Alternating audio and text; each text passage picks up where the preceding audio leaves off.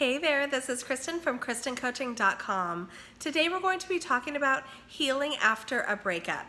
I figure since I talk about tips on how to have a happy, healthy relationship, part of relationships are breakups. You know, the person that you're with right now, although I want it to work out for you and I hope it does, it won't necessarily, right? We have relationships that do come and go.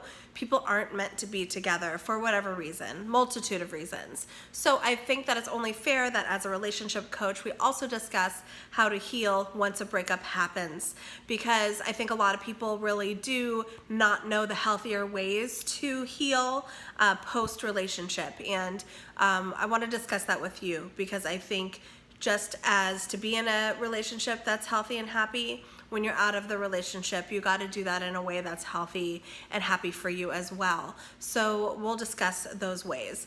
I think a lot of people these days, you know, when they break up with people, you know, they call the rebound, quote unquote, relationship, right? Where people just kind of hop from the next relationship. And if that doesn't work out, they hop to the next relationship without any time in between. And that could be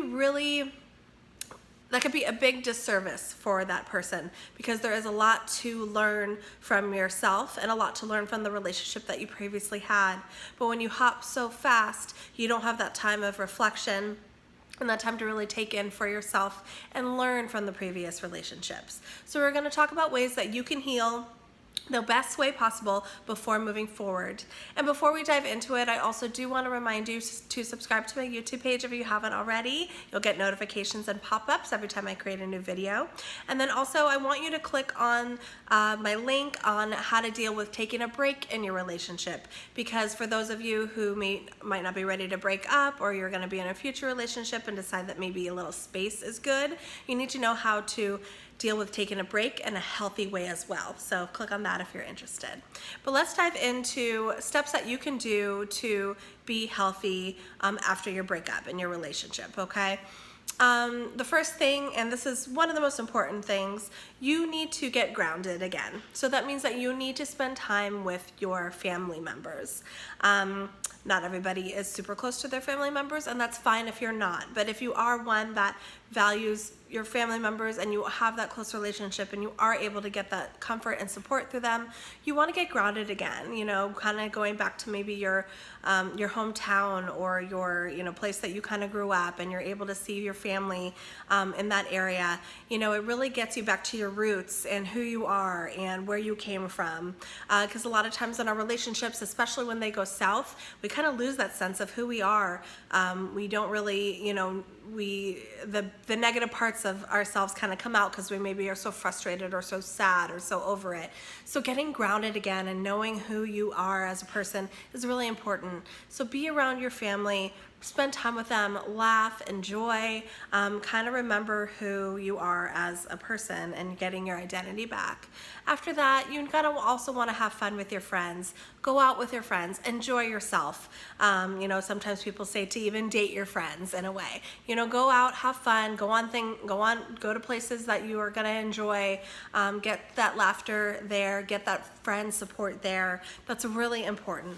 You know, I think we all have that one really good friend that we can call for any reason, anything. So call that friend and get that support when you are going through a breakup. Also, feel your feelings, okay? That's a huge one. That's number 3. You need to feel your feelings. You're gonna go through a grief process where you're gonna cry one day. You're gonna be angry another moment. You're gonna be in disbelief another one. You might even try to, you know, rationalize, oh, maybe if I just did this, I would still be in the relationship. You're gonna go through all these emotions. That is normal. That is part of the grief process. So feel your feelings as they come, and don't say that you're not supposed to feel a certain way, because it's normal and you are.